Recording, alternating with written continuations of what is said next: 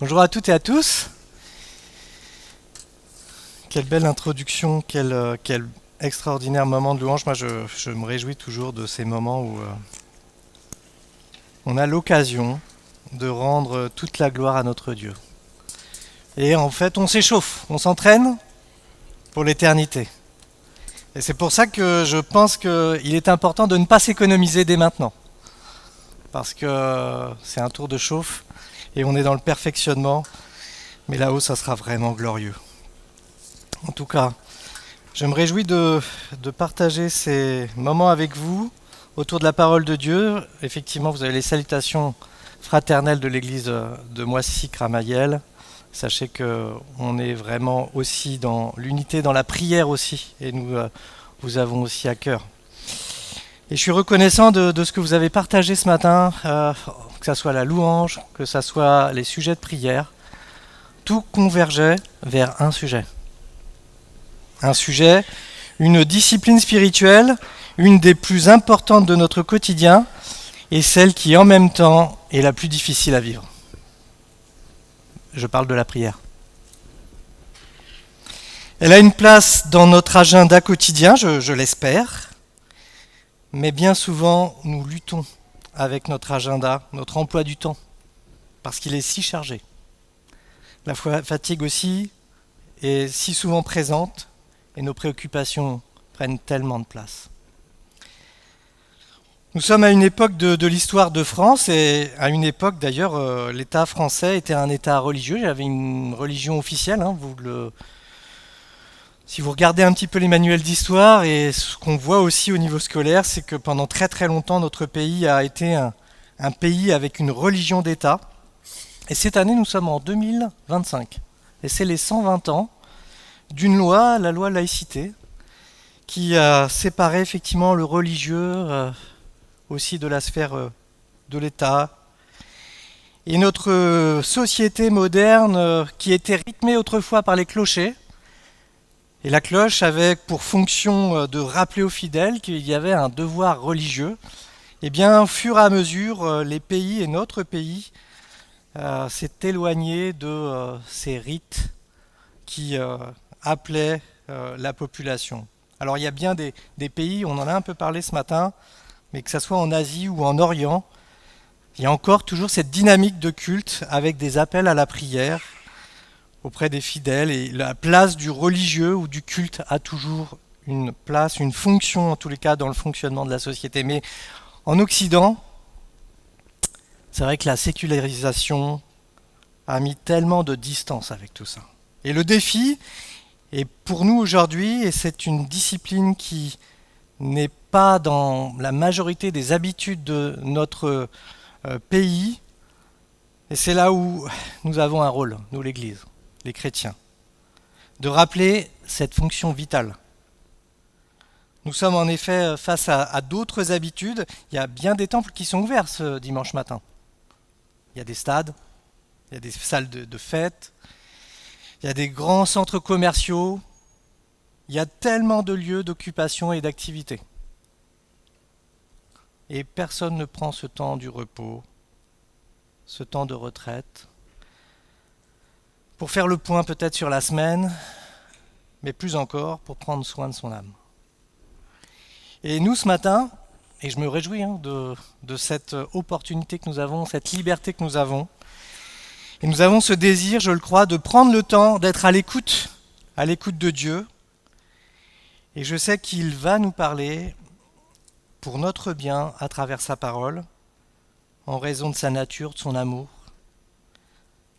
pour nous et ici pour l'Église du Mets-sur-Seine. Alors je vous propose que nous puissions prendre le texte dont il est question. Et c'est dans l'évangile de Matthieu. Voilà, l'évangile de Matthieu. Donc la prière, c'est le fait d'aller vers Dieu.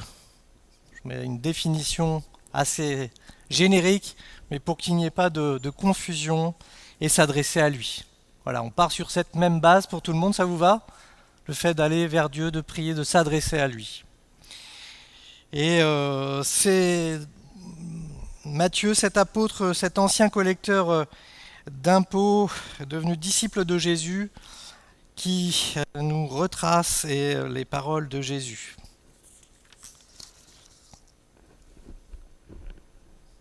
Ah oui, ok, ça va, j'ai tout écrit. Alors lisons la parole de Dieu. Quand vous priez, n'imitez pas ces hypocrites qui aiment à faire leurs prières debout dans les synagogues et à l'angle des rues. Ils tiennent à être remarqués par tout le monde. Vraiment, je vous l'assure, leur récompense, ils l'ont d'ores et déjà reçue. Mais toi, quand tu veux prier, va dans ta pièce la plus retirée, verrouille ta porte et adresse ta prière à ton Père qui est là, dans le lieu secret.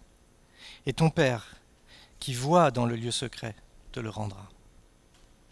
Dans vos prières, ne rabâchez pas des tas de paroles à la manière des païens. Ils s'imaginent qu'à force de paroles, Dieu les entendra. Ne les imitez pas. Car votre Père sait ce qu'il vous faut, avant que vous le lui demandiez. Priez donc ainsi, notre Père, toi qui es dans les cieux, que tu sois reconnu pour Dieu, que ton règne vienne, que ta volonté soit faite, et tout cela sur la terre comme au ciel. Donne-nous aujourd'hui le pain dont nous avons besoin. Pardonne-nous nos torts envers toi, comme nous pardonnons nous-mêmes les torts des autres envers nous. Garde-nous de céder à la tentation, et surtout délivre-nous du diable. Car à toi appartiennent le règne et la puissance et la gloire à jamais. En effet, si vous pardonnez aux autres leurs fautes, votre Père céleste vous pardonnera aussi, mais si vous ne pardonnez pas aux hommes, votre Père ne vous pardonnera pas non plus vos fautes. Jusque-là, la parole de Dieu. Amen. Alors nous allons voir 4 points sur ce texte. Le premier, la prière, l'attitude d'un cœur simple. Le second, attention à une religiosité. Dieu n'est pas sourd. Le troisième, la structure de la prière, notre Père. On l'appelle communément notre Père, parce qu'elle commence par notre Père. Et l'obstacle de l'offense, l'exercice de la grâce. Voilà, je vous propose d'explorer chacun de ces points. Et je vérifie quand même, parce que il y a une horloge. Et il est important de veiller au temps qui passe. Voilà. Alors la prière, l'attitude d'un cœur simple. Et dans notre contexte, Jésus a donné, juste un peu avant, dans le chapitre 5, de nombreux enseignements. Il donne de nombreuses instructions sur le sermon, enfin ce qu'on appelle le sermon sur la montagne. Puis Jésus poursuit ses enseignements à ses disciples sur l'amour des ennemis, pas facile. Il évoque de faire du bien envers son ennemi, de l'aimer. Il parle aussi d'un changement profond d'attitude. Ils avaient appris œil pour œil, dent pour dent. Et il leur dit, maintenant je vous dis, ça va être autre chose. Vous aimez vos ennemis. Il parle de la grâce de Dieu envers tous les hommes et de l'exercer eux-mêmes. Puis il s'adresse encore, donc, dans le début de ce chapitre 6, à ses disciples et les met en garde. Il les met en garde sur différentes attitudes, notamment sur les motivations lorsqu'ils font des dons, des aumônes. C'est comme ça que commence le chapitre. Et il en arrive à la parole du verset 5 et 6. Et là, il met quand même sérieusement en garde les disciples. Et il les met en garde contre quoi? En effet, il y a de nombreux religieux qui voulaient passer pour des hommes saints. Alors il attire leur attention ces hommes attirent l'attention du peuple et des autres qui les entourent par une éloquence en public, par des prières vraiment tellement extraordinaires, tellement belles. Et dans ce cas, il n'y a pas de relation avec Dieu. Mais pourquoi ça? Pourquoi il n'y a pas de relation avec Dieu? Qu'est-ce qu'il dit? Aujourd'hui, on est d'ailleurs... si on regarde un petit peu les réseaux sociaux, on est dans ce même phénomène, ou similaire. C'est plutôt regardez-moi, regardez je prie, regardez Regardez-moi, s'il vous plaît. On est vraiment dans cette ère-là de l'image. Alors loin de moi de l'idée peut-être, d'émettre même un jugement sur les intentions profondes de ces personnes ou sur l'attitude de cœur qu'ils ont. Dieu seul sait. Mais Jésus attire quand même notre attention et il parle d'une hypocrisie, d'une attitude de façade, d'un masque religieux, d'un vernis, mais qui cache l'attente réelle. Quelle est cette attente que ces hommes ont? Celle d'être vus, d'être reconnus par les hommes. Ils attendent une approbation, une reconnaissance sociale. En réalité, leur prière n'est tournée que vers eux-mêmes. Elle ne s'adresse pas à Dieu, elle s'adresse aux hommes. Alors ils obtiennent leur récompense. Voilà la seule réponse qu'ils auront à leur prière, le regard des hommes. Voilà leur seule récompense. C'est une triste récompense. Mais c'est le fruit d'une attitude trompeuse. Ces religieux veulent faire croire aux hommes qu'ils cherchent Dieu. Mais au fond de leur cœur, ils cherchent uniquement à nourrir leur orgueil. Alors comment Dieu pourrait honorer un tel état d'esprit? Dieu est Dieu, et il ne se laisse pas voler sa gloire, ni tromper. N'allons pas croire ça. Au verset 6, Jésus parle ensuite d'une volonté de prier Dieu, d'un désir sincère, profond. On parle de rencontrer le roi des rois. C'est pas n'importe qui. Il n'invite pas à une manifestation publique, mais au contraire à entrer dans un lieu secret, dans un lieu privé, dans un lieu retiré. Il y a un dicton Quakers que j'aime bien, il dit c'est dans le silence que Dieu parle. C'est dans le silence que Dieu parle. Lorsque nous devons aborder des sujets confidentiels, des confidences, des choses intimes, des choses secrètes, lorsque nous allons chez le médecin, on parle d'ailleurs du secret médical, ça ne concerne pas tout le monde. Il y a des choses qu'on ne livre pas en public, par pudeur, mais aussi par respect. Et nous avons l'honneur d'aller à la rencontre de celui qui sait tout, de celui qui voit tout, qui connaît tout. Alors, pourquoi ne pas saisir l'opportunité de prendre un moment en privé avec lui? Je vais vous poser une question. As-tu ce rendez-vous privé dans ton quotidien? As-tu ce lieu secret dont Jésus parle? Il nous invite sérieusement à l'avoir.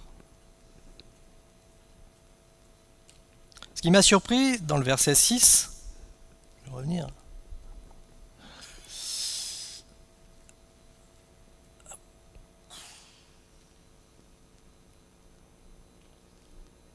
Je vais le relire. Mais toi, quand tu veux prier, va dans ta pièce la plus retirée, verrouille ta porte et adresse ta prière à ton Père qui est là, dans le lieu secret, et ton Père qui voit dans ce lieu secret. Je parle, est-ce que Dieu entend? Non, il voit. C'est surprenant. On aurait pu s'attendre, je vais lui parler, et il voit. Qu'est-ce que cela veut dire? Surprenant cette expression. Dieu voit mon cœur. Quand je parle à quelqu'un, je vois ses lèvres. J'entends ce qu'il dit de sa bouche, mais j'entends pas ce que son cœur dit. Il voit mes désirs. Il voit ce que je dis et il voit surtout ce que je ne dis pas. Il voit mes souffrances. Il voit mes espérances. Il voit mes joies, il voit mes combats. La prière va bien au-delà de la parole. J'aime cette image, c'est une parenthèse, mais concernant l'importance du lieu caché.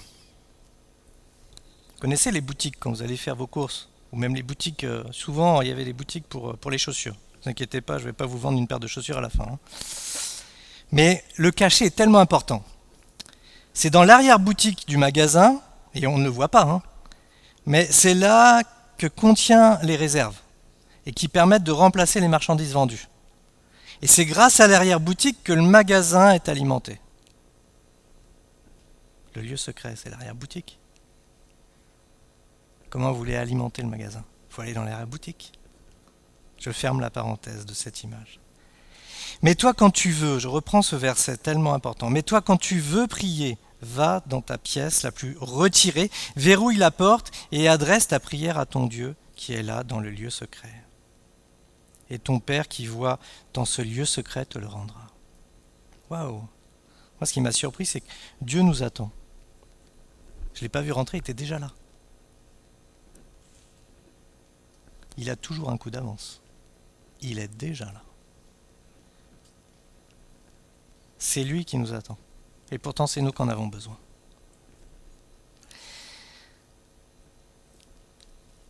C'est nous qui rentrons.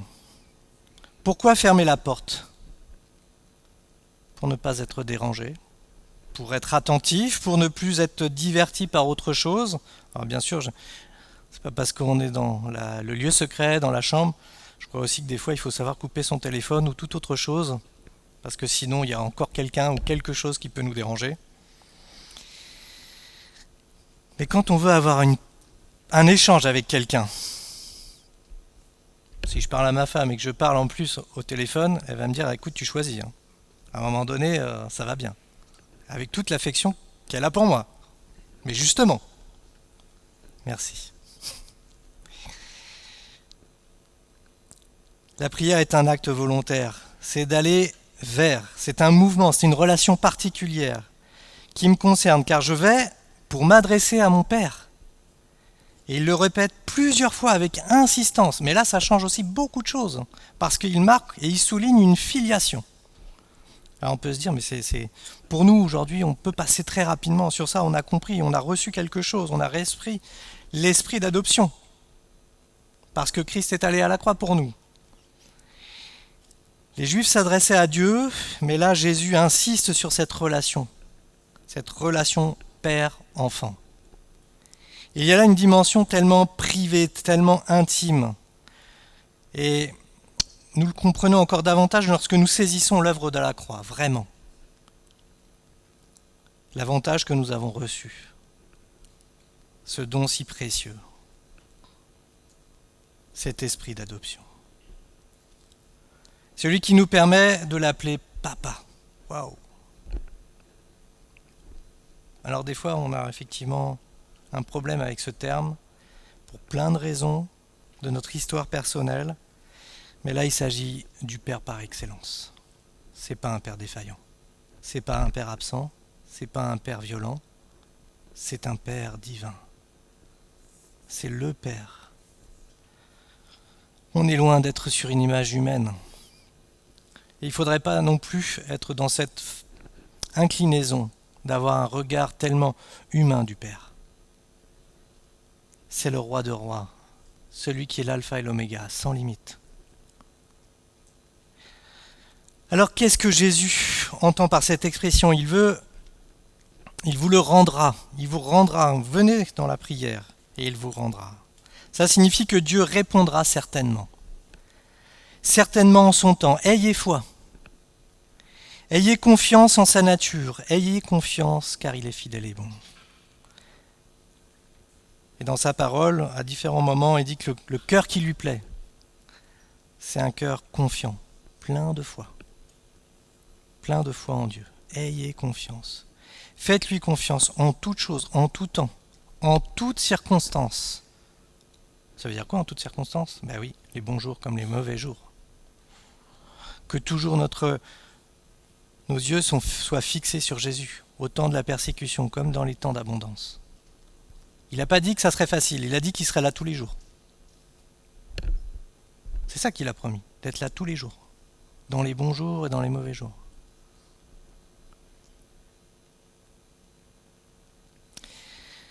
Alors attention, loin de moi de dire dans ce passage que Jésus s'oppose à la prière publique. Lui-même va faire une action de grâce un peu plus tard justement, quand il présentera le pain et les poissons. Il n'y a pas de difficulté, c'est autre chose dont il s'agit là, c'est notre relation intime. Et ce dont il est question aussi, c'est les motivations sous-jacentes à notre attitude dans la prière. Dieu attend de nous une prière sincère, sans hypocrisie.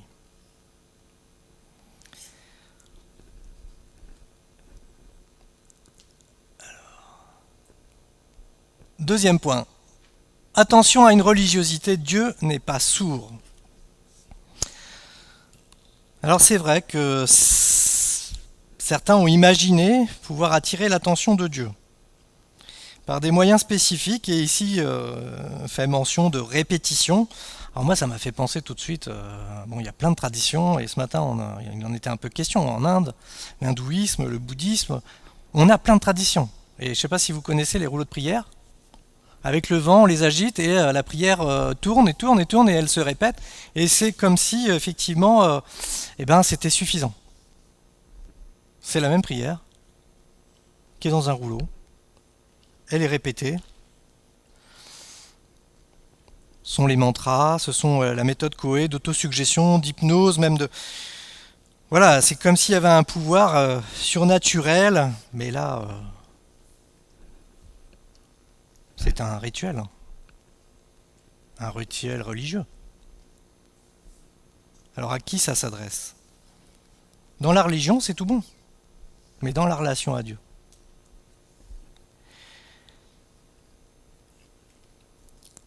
Alors si certains s'imaginaient à l'époque qu'ils pouvaient, par des prières récitées habituellement, attirer l'attention de Dieu, Jésus là les met en garde. La religiosité, d'une certaine manière, ces prières rituelles et ces œuvres, le nombre de prières, de formulations, tu nous diras 5, 6 Notre Père aujourd'hui, et puis ça ira bien. C'est pas ça dont il est question. Alors on a, dans certains cas, si on a fait ça, on a intégré tous les principes religieux. On est bon dans la religion. Mais Jésus ne donne pas là des principes de religion. Il donne des principes pour parler et être dans une bonne relation avec Dieu. C'est totalement différent. Alors imaginons aussi que le matin, le midi, le soir, je dise exactement la même chose à mon conjoint. Matin, midi et soir. Je lui répète la même chose. Je ferai la même chose avec mes enfants. Je vais répéter matin, midi et soir la même chose. À mon employeur, la même chose. Qu'est-ce que vous pensez qu'il va se passer? Moi, j'ai comme le sentiment qu'à un moment donné, excusez-moi l'expression, mais vous allez le saouler. J'en peux plus. Je suis pas sourd. Et qu'est-ce que ça produit? Est-ce qu'il va avoir plus d'attention pour vous? À un moment donné, c'est lourd, hein. On n'en peut plus, hein. Est-ce que c'est pour faire valoir qu'il a fait tout ce qu'il fallait, tout, et que ça dépendait vraiment du poids, du nombre de... Mais non, c'est pas ça. Rien n'est caché devant Dieu. Nous devons lui parler sincèrement, simplement. Il est le seul à savoir sonder le cœur et les reins des hommes. Dieu n'a pas fait de nous des... Excusez-moi, mais des perroquets. Sinon, faudrait une volière, mais c'est pas ça l'Église. Nous devons lui parler. Dans cette relation père-fils, père-fille, dans cette relation filiale. Il nous attend pour un tête-à-tête.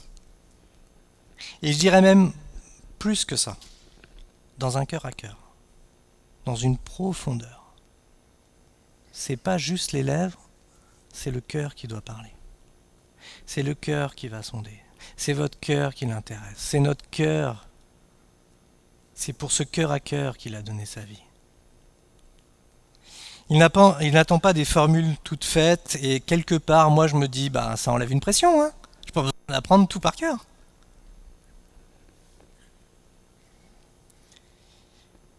Et il n'y a pas de formule magique. Dieu merci. Dans certaines traditions religieuses, Il y a effectivement ces moulins de prière. Après, il y a plein de principes, hein, dans toutes les. Vous regardez les religions, il y a plein de. C'est codifié, il y a plein de choses. Mais Dieu n'est pas sourd et il ne veut pas nous alourdir par un certain nombre de principes. Il nous attend simplement. Dans vos prières, ne rabâchez pas des tas de paroles à la manière des païens. Ils s'imaginent qu'à force de paroles, Dieu les entendra. Ne les imitez pas, car votre Père sait ce qu'il vous faut avant que vous le lui demandiez. Waouh! Avant que je lui demande, il sait. Et moi, ça m'a rappelé, en lisant ce passage avec mon épouse, on avait prié pour un logement pour notre fille, et avant même d'avoir fini, le logement était déjà arrivé. Il sait de quoi on a besoin, il nous attend dans la prière, et la prière est déjà en chemin. Ça, si c'est pas celui qui voit tout et qui sait tout,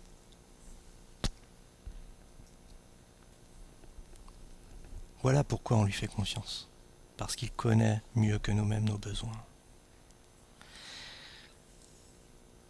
On l'a lu ce matin, je crois. Hein. Ne vous inquiétez de rien, mais en toute chose, faites connaître à Dieu vos besoins par des prières et des supplications, avec des actions de grâce. Simplement.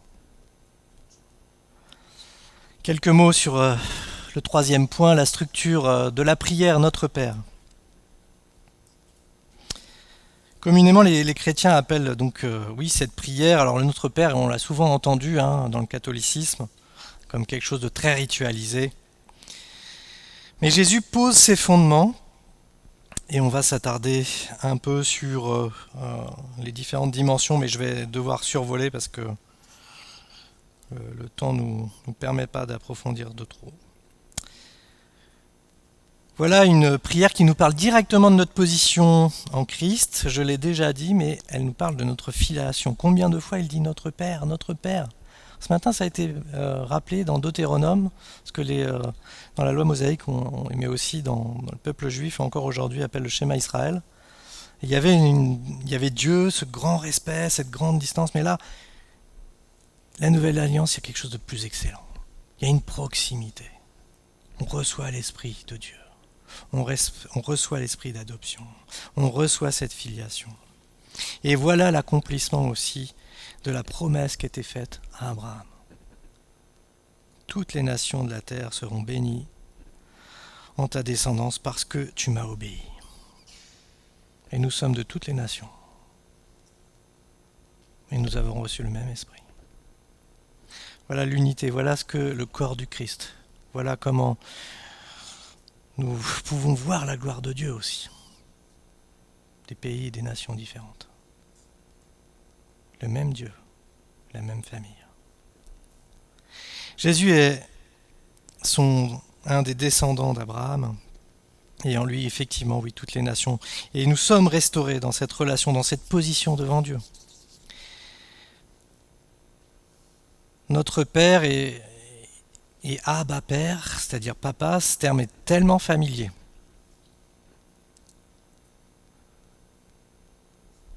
Et je ne sais pas vous, mais à part vos propres enfants, si vous en avez, sont les seuls à vous appeler Papa. Quel immense privilège d'avoir reçu le Saint-Esprit pour pouvoir s'adresser de cette manière-là à Dieu notre Père.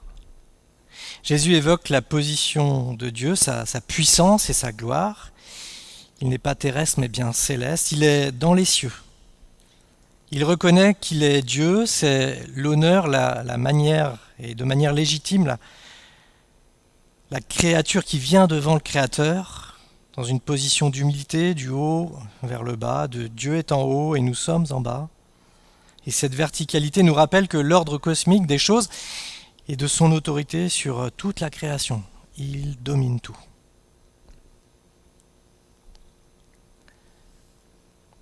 Alors, remarquez que Dieu nous donne. Donne-nous. Et nous le demandons. Il est question du pain, d'une nourriture supérieure. Ce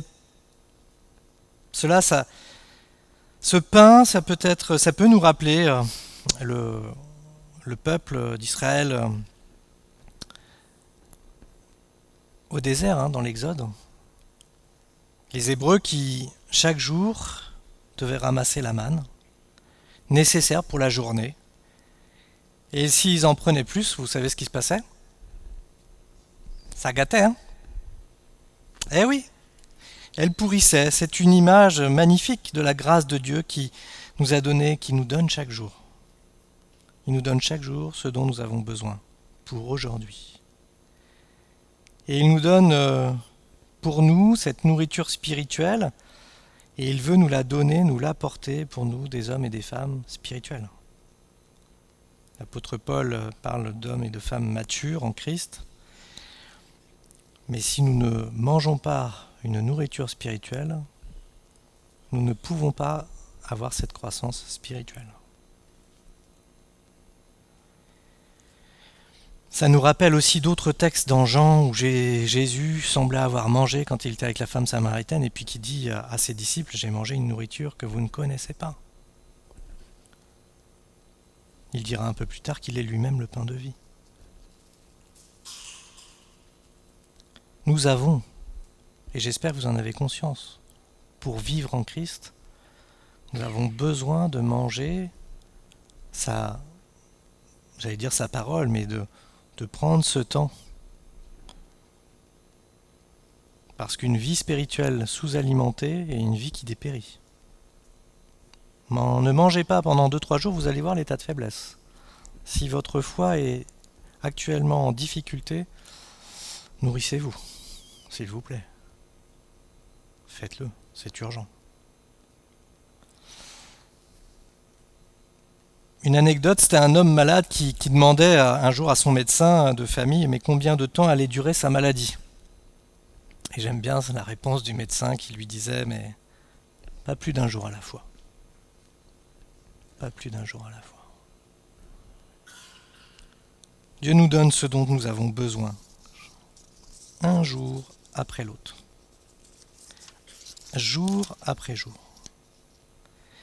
Cette demande à Dieu, c'est aussi reconnaître que nous avons besoin de lui. C'est l'honorer, c'est le reconnaître dans sa gloire, dans sa suffisance. C'est confesser notre foi en lui et à sa divine provision pour les besoins de notre âme. Chaque jour qu'il nous le donne de vivre, chaque jour il veut nous nourrir spirituellement.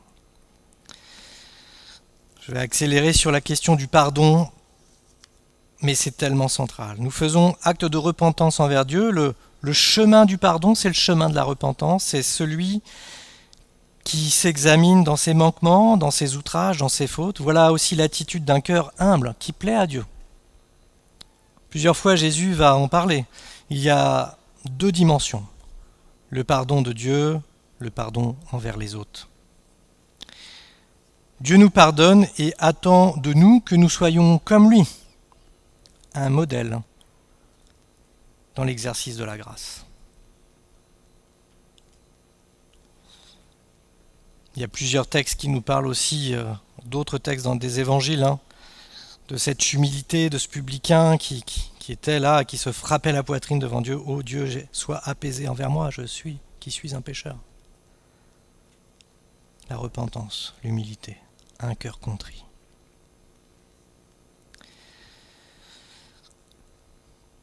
Garde-nous de la tentation. Dieu ne tente personne.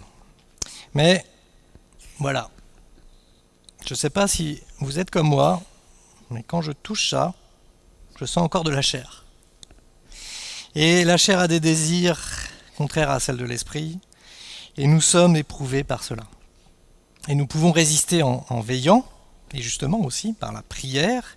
Christ a lui-même été tenté au désert.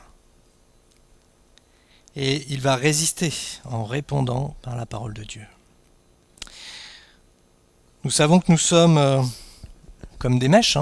Il suffit d'allumer, puis oh là là, ça peut aller très très vite. Nous sommes faciles à enflammer. Nous devons connaître ce qui nous active. Et je vous invite à vraiment examiner, mais qu'est-ce qui m'active? Qu'est-ce qui me fait démarrer au quart de tour? Qu'est-ce qui me tente? Est-ce que c'est les achats compulsifs? Est-ce que c'est des images sensuelles? Est-ce que c'est de la nourriture excessive, de la boisson ou autre type de séduction, de corruption, le pouvoir, la richesse, la débauche, que sais-je? Il y en a tellement. Aucune tentation n'est permise qui ne soit insurmontable, avec la force que Dieu nous donne. Jésus ne cesse de le rappeler jusqu'au bout à ses disciples de veiller et prier pour ne pas céder à la tentation. Y compris, il le rappelle, justement vous pouvez le retrouver dans la fin du livre de Matthieu, un peu avant que Jésus ne soit livré. Nous pouvons être confiants et avoir foi en Dieu qui est là et nous secourt face à la tentation. Vraiment, j'insiste, parce que des fois on pourrait se dire « je peux vagabonder dans mes pensées, personne ne le voit ». Mais finalement, est-ce que ça vous apporte quelque chose? Est-ce que ça nous fait du bien? Est-ce que ça fait du bien à notre âme? Ou est-ce qu'on n'est pas en train de se laisser aller, glisser, et finalement attrister le Saint-Esprit? Il nous demande de résister. C'est un acte volontaire. Alors vous pouvez vous penser, mais je suis sans force. Oui. Bienvenue au club. Demandez la force à celui qui peut nous la donner, dans la prière.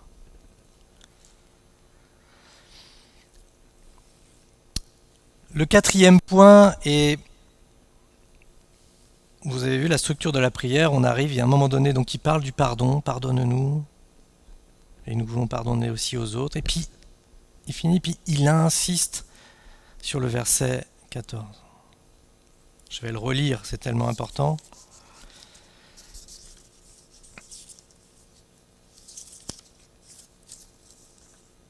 En effet, si vous pardonnez aux autres leurs fautes, votre Père céleste vous pardonnera aussi. Mais si vous ne pardonnez pas aux hommes, votre Père ne vous pardonnera pas non plus vos fautes.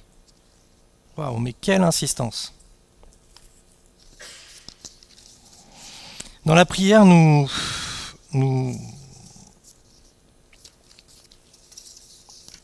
je disais tout à l'heure qu'il nous attendait, et il nous attend aussi parce que nous venons souvent chargés de fardeaux, de peines,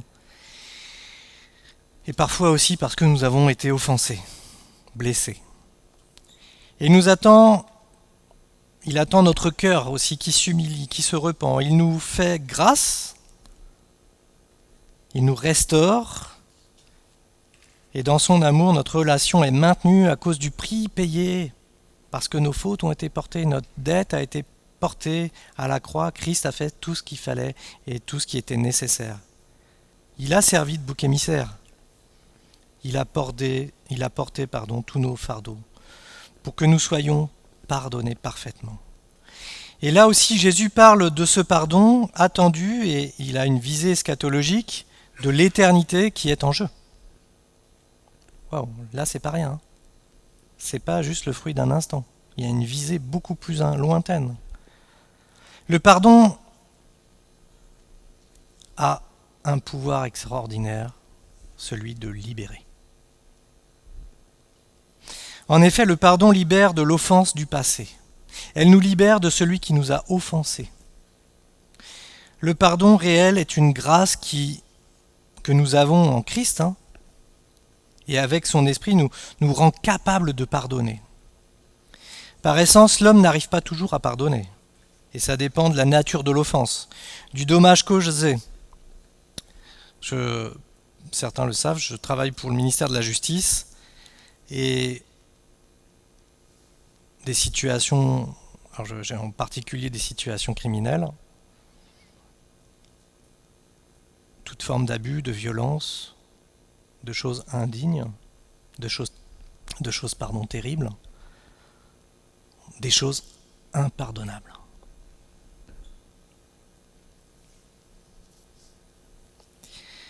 Mais quand Pierre va poser la question à Jésus, mais combien de fois je dois pardonner?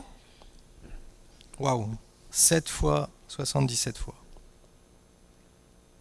La place du pardon est capitale, tellement que Jésus lui-même va dire nous étions ses ennemis. Il est allé porter ce que nous ne pouvions pas porter. Il est parti porter nos offenses, il est parti porter nos infamies, il est parti porter nos crimes, il est parti porter des choses qu'on n'ose même pas dire en public. Père, pardonne-leur, car ils ne savent ce qu'ils font. Dans le royaume de Dieu, il y a une culture du pardon, et Dieu est le premier à nous l'enseigner. Sinon, comment entrer dans la présence de Dieu si Dieu ne nous pardonnait pas nos offenses? En tant qu'enfant de Dieu, de manière légitime, comme Jésus, il nous demande de le faire aussi et d'exercer sa grâce. La grâce, c'est une faveur imméritée. Alors là, vous allez me dire, mais t'es bien gentil, mais tu connais pas ma vie. Il y a des choses vraiment, vraiment impardonnables. Et justement, nous avons le lieu de l'impossible, qui peut t'aider à faire grâce, à pardonner, à te libérer. Et ton bien, et notre bien, et votre bien, et mon bien en dépend. Et même ma destinée, mon éternité.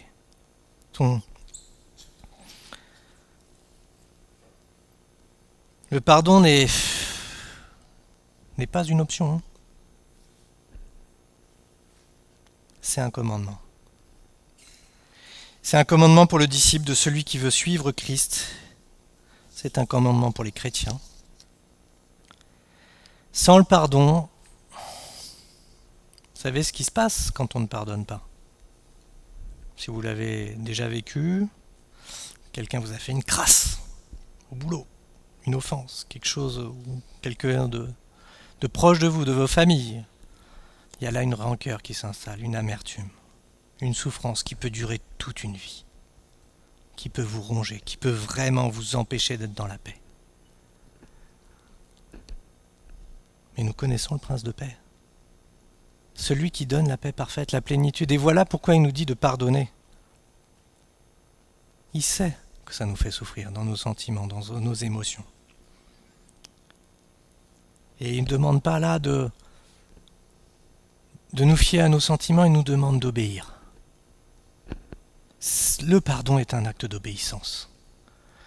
Je ne sais pas si certains d'entre vous connaissent Corrie ten Boom, cette néerlandaise qui, pendant la Seconde Guerre mondiale, a été incarcérée pour la simple raison d'avoir protégé des juifs. Et elle était dans un camp nazi avec sa sœur Betsy. Et sa sœur a été tuée par un des gardiens. Et elle a été libérée. Et en 1947, alors qu'elle était, comme là ce matin, dans une réunion publique, elle témoignait de ce qu'elle avait vécu et elle voit rentrer par la porte là-bas ce soldat qui avait tué sa sœur. Ce soldat avait rencontré le Christ. Et ce soldat est venu la voir, lui demandant pardon. Je vous assure que ce qu'elle dit, c'est plus qu'un moment d'hésitation. C'est impardonnable. Il nous a fait vivre des atrocités. Il a tué tellement. Mais Christ a donné sa vie pour des injustes, pour des pécheurs, pour des gens qui méritaient la croix, pour des gens qui méritaient d'être condamnés, jugés. Elle a reçu la conviction et elle a examiné son cœur et ses sentiments, bien sûr, étaient contraires. C'était impossible.